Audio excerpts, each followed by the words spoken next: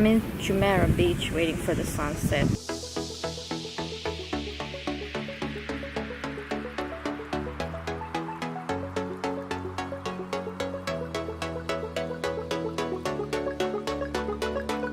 I'm here in Moscow, Sheremetyevo, because I decided to go on an extempore trip to Dubai. There are no direct flights from Finland until next week, and I wanted to spend 2 weeks in the Emirates. So my connecting flight to Dubai is just about to leave.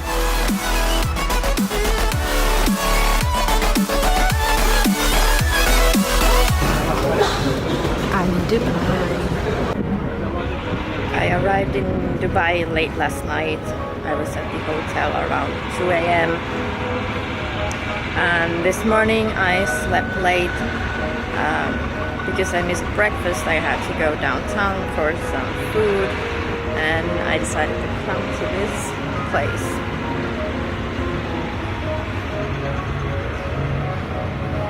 It's pretty amazing how tall the building is. Must be almost 40 Celsius out. It's hot. I'd rather go inside. Right now I'm walking in Dubai Marina and I can't see anyone here except for some workers. That feels I feel kind of awkward.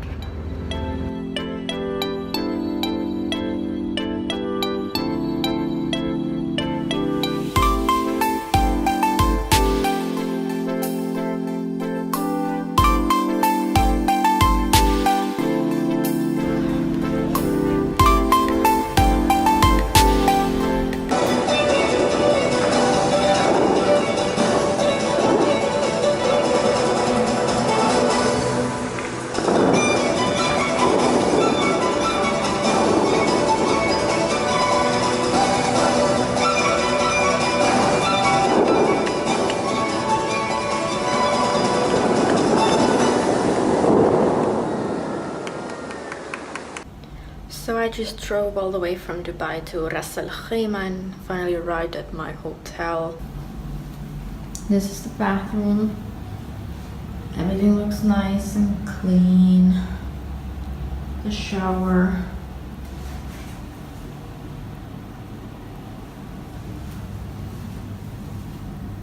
There's some closets here.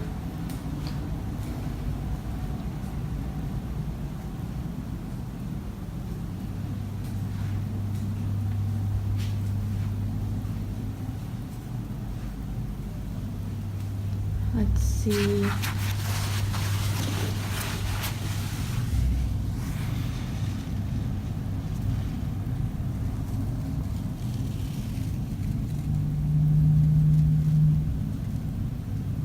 About to drive to the Daya Fort, a 15-minute drive, depending on traffic. There seems to be so much traffic all the time here. It's almost 11 a.m. so it's hot already.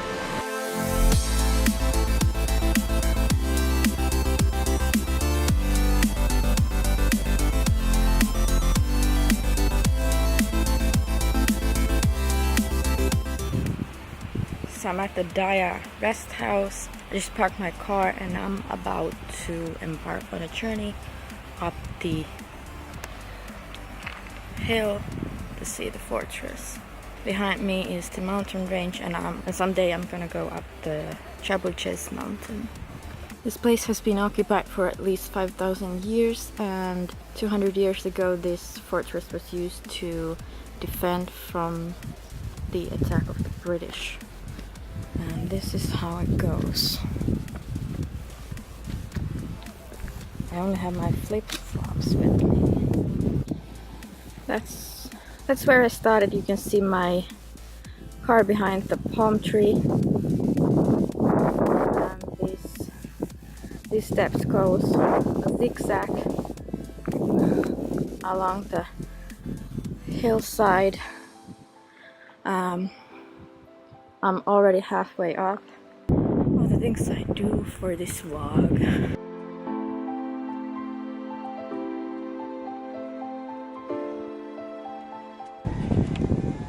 That's where I started from. That's where my car is, the one on the right.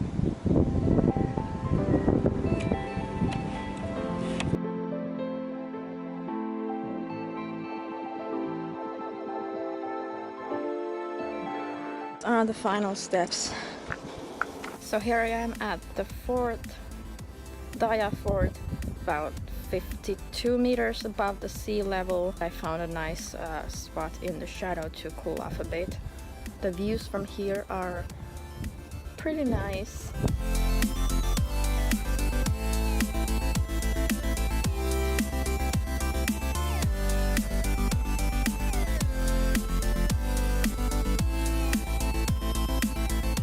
Yesterday when I was in the sun, I had that heat cramp. I couldn't move my fingers, so I had some cramping in my legs also. Now that I'm driving in the car back from the Daya Fort to the hotel, I noticed my right leg, my right shin, the one that's on the pedal, almost constantly cramping. Just feels annoying.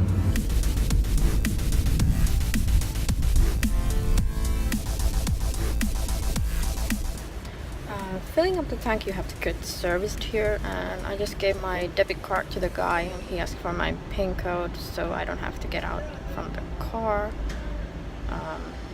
He said it's gonna be 95 dirhams, but we'll see.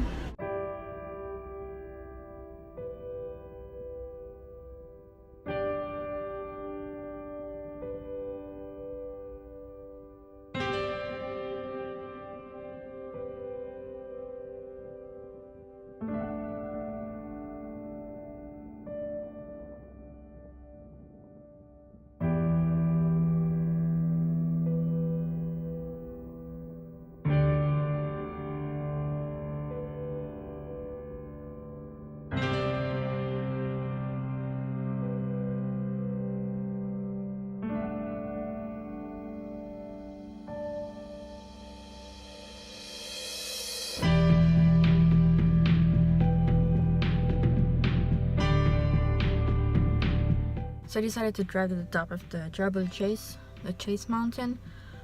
During the sunset, I left a little bit too late to catch the actual sunset. It's really nice out there. It's not gonna focus. You see? Really nice. I'm at about 1.3 kilometers above the sea level, and I was standing there and I realized it's so cool. The breeze is nice. Like at sea level, even nights are really hot, but here there's no sweating, there's no suffering. It's just cool breeze and it's so nice, and this is how the evening should be, at least the evenings, because the round the clock suffering is just too much.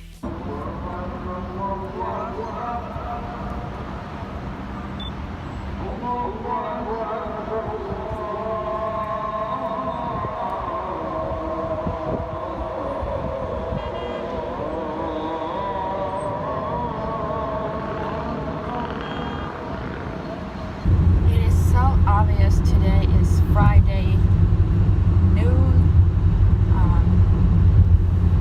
The traffic is so minimal. I can't believe it. The streets are just empty. There's no one anywhere. Well, almost.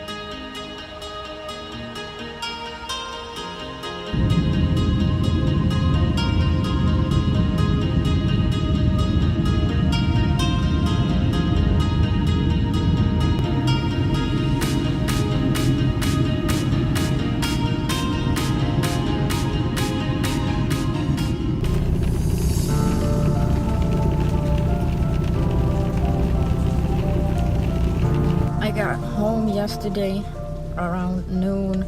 I had to go some grocery shopping. I had to do some things before I could take a nap. And when I did take a nap, it turned out to be 13 hours. Here I am going to work. It's so dark and it's rainy. It's so different than what I had for 2 weeks in the Emirates.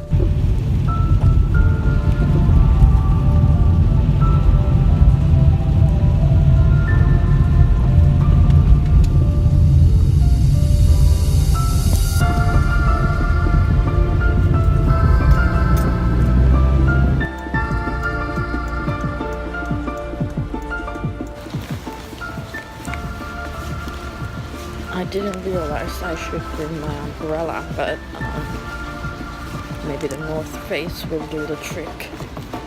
Maybe I should zip it.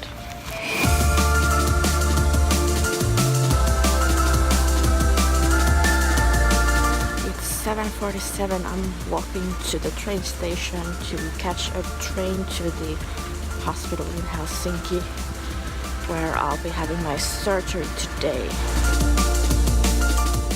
It's the morning after my surgery and I'm waiting for my nurse to give me discharge instructions. I didn't sleep much last night because of the opioids I had during the day. It made me sleep so much. When I'm sitting down, the pain gets worse, but it's manageable. It was just a short while ago that I had my 3 weeks of annual leave, and then a little over a month later I had more annual leave that I had to take. I had 1 week that was allocated for the summer season and another week that was allocated for the fall winter season. I was lucky to have those 2 weeks combined back to back because this allowed me to travel. At the time I was working on my core modules. Topics include things like assessments, medications, admission and discharge, hospital hygiene, falls, as well as typing exercises and tests. The fact that EMRs, electronic medical records, are used in the United States means that you have to be able to type at 35 words per minute or above. My agency has emphasized the importance of being able to type fast because they've received complaints from employers that there are some nurses who take too long to document on a computer. I consider myself lucky because currently I use an EMR where I work. Besides just being familiar with using an EMR, I think being a millennial has helped me to become a fast typer. My family purchased the first computer back in 1997, so I was 7 years old, and since then I've been familiar with computers. I've had time to develop my typing skills.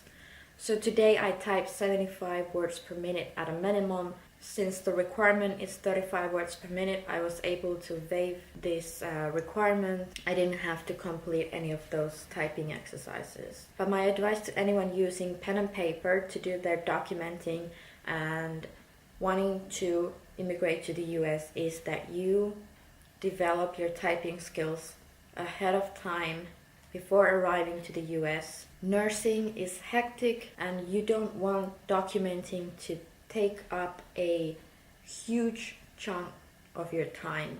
You want to be able to provide the care and document it. So I finished all these modules and I traveled to Dubai. I wanted to travel because the NCLEX review program was stressful. Nursing is stressful. In Finland we had a very cold summer. It was either cloudy or it was raining. And besides the summer being cold, I knew that winter is coming. So because the summer was cold and because the winter is coming, I needed to get away, far away, somewhere warm, somewhere sunny. But it turned out that Dubai was hot. But either way, my vacation allowed me to relax and recharge. I came back home from the Emirati heat with no chance of rain to realize that in Finland it was below 10 degrees Celsius and raining all the time, every day, for weeks. So I came back home. I went back to work for one day, and my surgery was on Tuesday. I went to the hospital on Tuesday morning. I changed into hospital clothes. I was waiting for a few hours in this lounge area before I was escorted to the pre-anesthesia lounge. I got some diazepam. I waited for 15 to 20 minutes when I was escorted to the OR. I just climbed on the table, they inserted the IV cannula, and I was out. And I didn't wake up during the surgery. That was my biggest fear, but I'm glad I didn't. I think this surgery took about an hour. I'd been transferred to the PACU, where after 10 minutes I woke up to pain. So because of the pain issue, I received over 30 milligrams of oxycodone. Because the oxycodone didn't really do much for me, I also received some ketamine, which was a miracle. And I find it interesting because now I know what it feels like to have depressed respirations, and it's not anything like I ever imagined. It didn't really feel bad.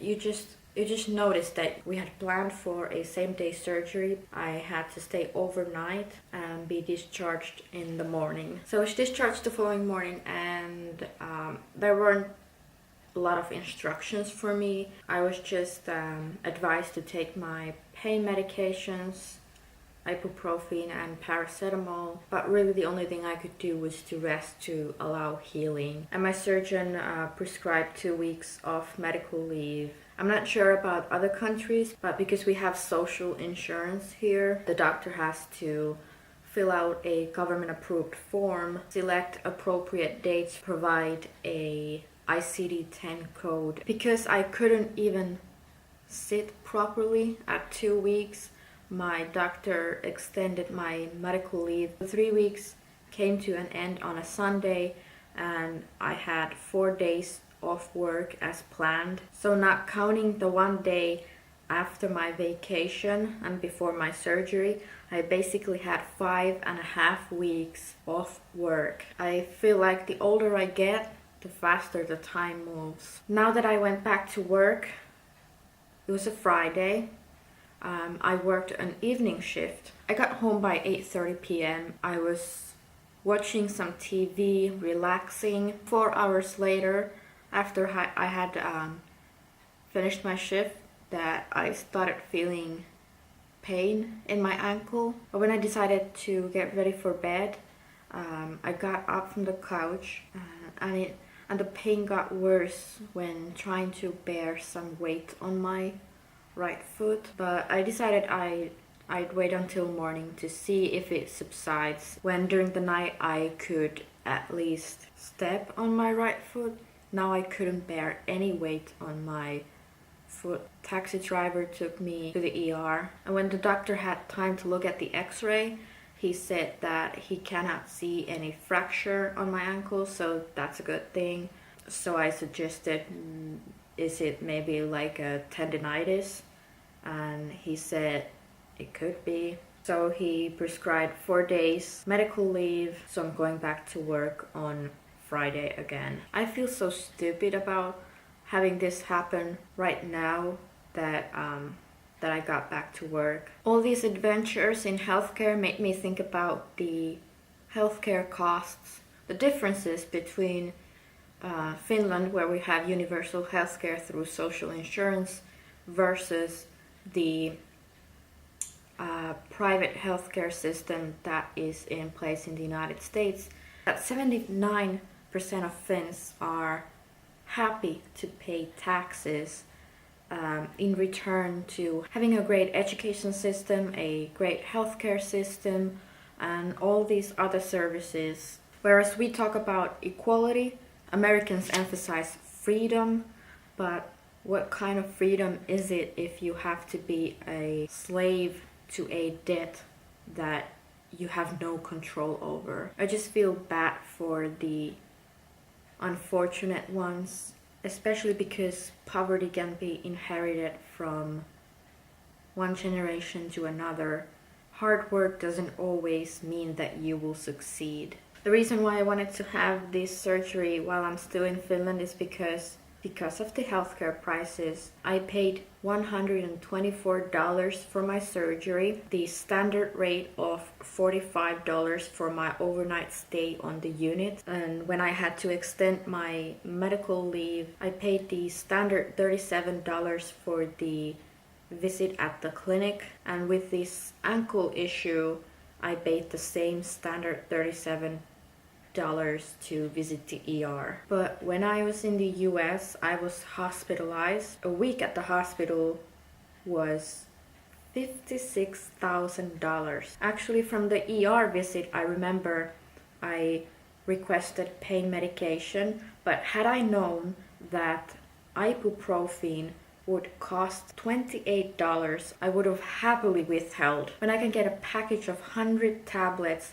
for, I don't know, $5? Less than 10 anyway. The cost of one ibuprofen tablet here is less than 10 cents. So back to this moment, I have a week's worth of specialty modules to complete. So I completed the core modules before my vacation, ahead of schedule. I had to keep attending these interactive webinars. We would have a live video and audio of our presenter at the agency, and we would discuss things like pain management, legalities, wound care. But after I got home, I was assigned my specialty modules related to my specialty, the ED and the ICU. The topics include things like sepsis, diabetic ketoacidosis, heart, renal, hepatic failure, central venous access devices, chest tubes. With the specialty modules, there was also more typing exercises, not just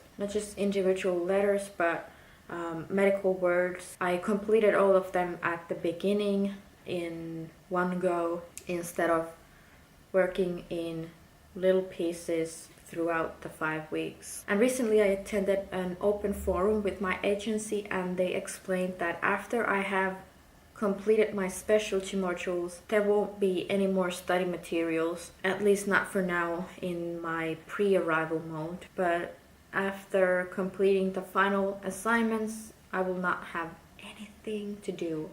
It was 2.5 months ago that my visa petition was filed, and so far I have not heard anything back from them. I guess I'm not even supposed to hear anything back for another 2 or 4 months. It's just annoying because you don't know what's happening behind the scenes. You can't do anything.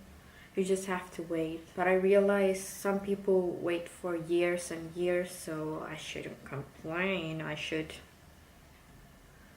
just stay patient.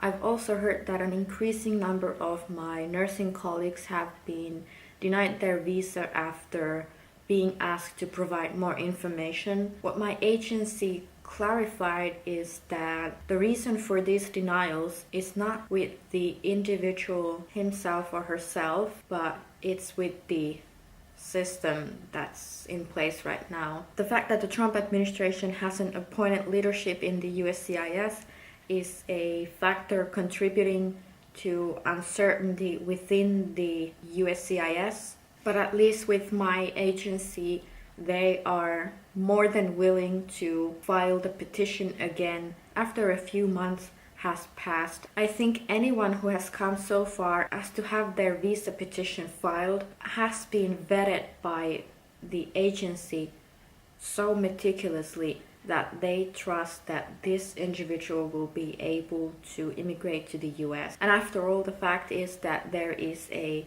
growing nursing shortage in the US. So my advice to you is really that you should stay patient and trust in the fact that as a nursing professional, you are both needed and appreciated in the US. I know waiting is like the most annoying thing in the world, but you've done all the work, and now all you gotta do is just wait, dream about your future. I really wish there were more vlogs from my colleagues in the same situation. I'd like other people to come forward and tell their story, tell about their feelings, their hopes and dreams, what they're expecting while they're in the immigration process, about their life in the US. I want to hear from people who are currently in the process and people who have already gone through the process and are starting their life in the US.